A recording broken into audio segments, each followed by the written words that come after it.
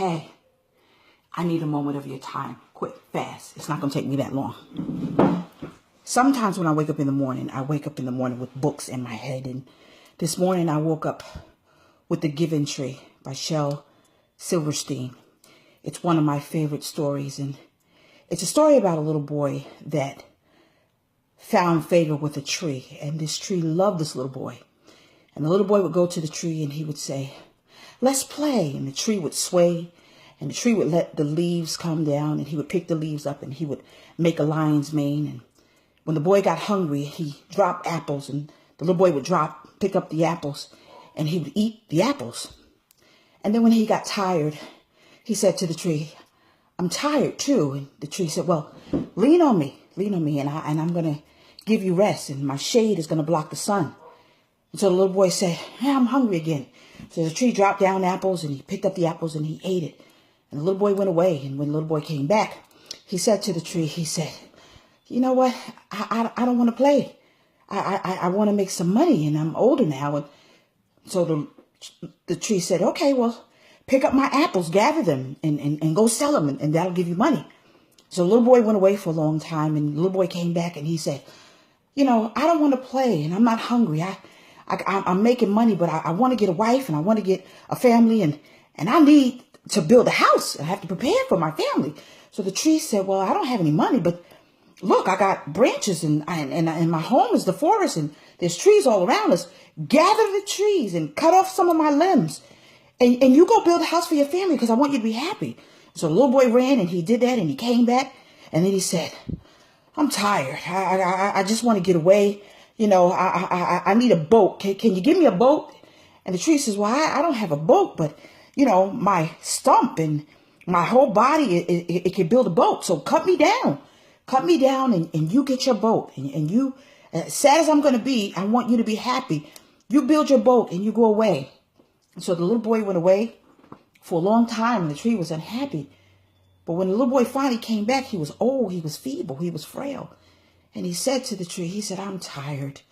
You know, I'm just exhausted. I'm beat. I don't need money and my teeth can't even eat the apples, but I just want to rest." And the tree said, "Well, I'm a stump now. And you've taken all I had. I only got a stump left. Your knees are feeble. Sit down and let me give you rest." And the little boy sat down and he rested. Mothers are that tree. Wives are that tree. We give and we give and we give until there's nothing left. The funny thing about the story is, as I begin to flip through the pages, when I begin to read it to my children as they were babies, nowhere in that story did I hear or read where the little boy nurtured the tree. The little boy didn't put fertilizer down. The little boy did not put water down. The little boy didn't ask the tree, "Do you need anything?" That book hit home as I deal with so many women who are just drained. They're drained and the families keep taking and taking and taking and taking and taking till there's nothing left but a little stump. Take a moment today and ask your wife, "Do you need anything? Can I help you?" Children, just take a moment and ask your mom, "Mommy, can I do something for you?" Because the worst thing you could do is just keep taking and taking and taking and not replenishing. The wonderful thing about life is as we become adults, we realize that love is recyclable. You put love in and you get love out. We as women, as Miles Monroe said, we are incubators. You give us something and we'll give it out. You give us heaven, we'll give you heaven. You give us hell, we'll give you hell. You put a seed in us, we'll give you a child. You give us a vision and we'll help you birth it. But the little boy was just so selfish because it's a book about selfishness where he just took and he took and he took and he went away and he disappeared for years. But when he needed something, he came back.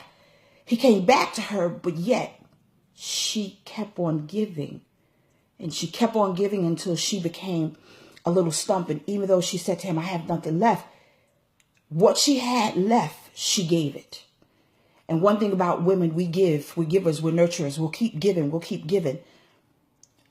But the person that keeps taking needs to stop and pause and say, "Wait a minute. I got to nurture that thing so she can have something to give me." So many husbands are dealing with women who are angry because you're taking. And what are you putting back into your wife? So that when you come home, you can receive peace. You can receive a meal. You can receive everything that you need.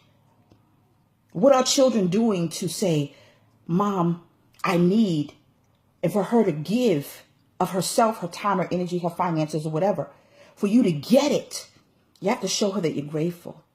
You have to show her that you appreciate her.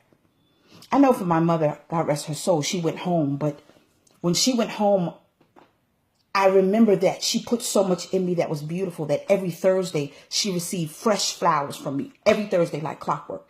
I would take her into the store and I would say, don't get one pair of shoes, Mommy. Get all three. Whatever you want, you get it. I would nurture her and I would sit at her feet and I would glean from her and I would learn from her. And she was able to understand that I not just was her daughter, but I was her friend. The story is so profound. We can learn a lot from children's books. We really can. Because it teaches character. It's a character building process that you put in a child and hopefully it'll stick. But we are the giving trees, women. We give, and we give. And we have people who just take in our family, our husbands and our children. They just take and they take and they take. Because the little boy even didn't say, well, tree, do you need anything? You need me to mow the grass around you, do you? But the tree said, I want you to be happy.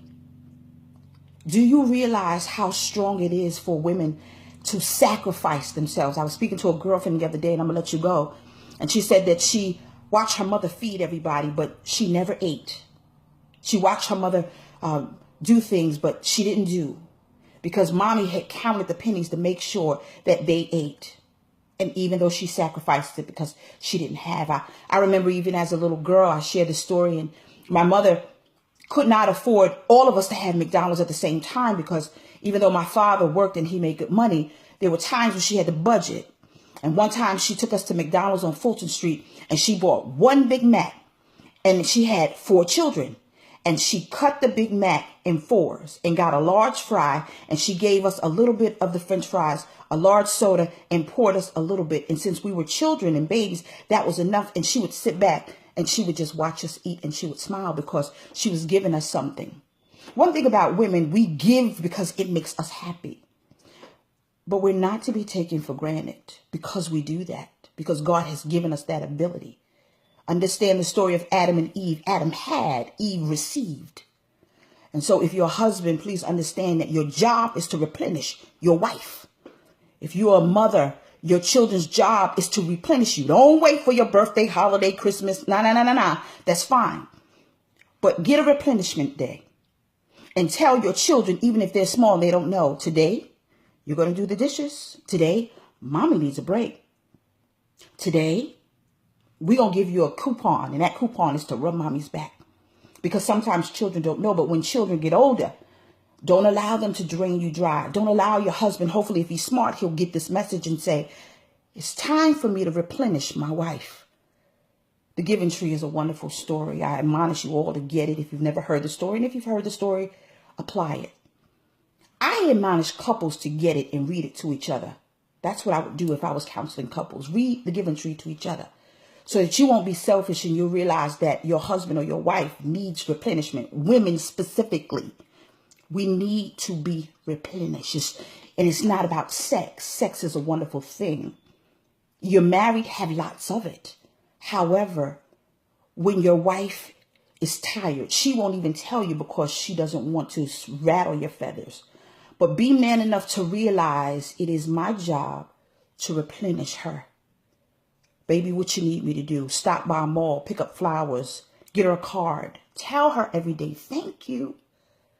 Speak life into her. That makes her feel good. Believe it or not, she's waiting for you, attaboy. She's waiting for it. Pray over her. Get her favorite meal or her favorite cupcake or cookie.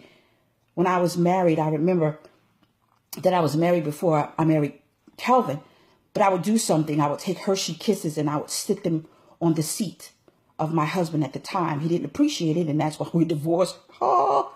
However, it is very imperative that you not take your spouse for granted, because he and she are together as a unit, and the wife is that giving tree, and she's given and she's given, And you're taking and you're taking, but you're not putting anything back. For moms, don't wait till your mother is laying in a box and you're standing over her and you wish that you would have taken more time while she is breathing. Now give her that. Give her time and give her attaboys and call her up and say, Mommy, I love you. That's one thing when my mom was stuck in the grave. I didn't have that guilt because, I did the most miraculous job. She used to tell me, you're my friend. And I speak highly of her now because she influenced me to be a great mom and to be a better wife even. And so she taught me. And so therefore I'm teaching everyone that I know. And so don't wait for mommy to be in a box to tell her, you know what? I love you. What issues you have even with your mother, get them out of the way. Because she has been that giving tree. And you might not understand that, but when she wants to give you and she doesn't have, it's because she budgeted her money to make sure you had a roof over your head and that you guys can eat. And so when she says no, it's not that she's saying no. She might be mad because she wants to give it to you, but she can't. But she does it in another way. You might be too selfish to realize that. And so please, I'm going to take this moment and I'm going to say bye-bye. But I'm also going to tell you, take a minute and you replenish your wife. And your children should replenish you. Children, replenish mommy. Because mommy is the giving tree. And over the course of time, she's going to be that little stump. And it will be unfortunate if you have to look over mommy in a box and say, I wish I would not have just taken so much from her, but given her something. Because there's going to be a time when you're going to call her. And God forbid she won't be able to call back. I know the experience. So don't wait for Mother's Day. Don't wait for Christmas or birthday. You acknowledge the woman in your life.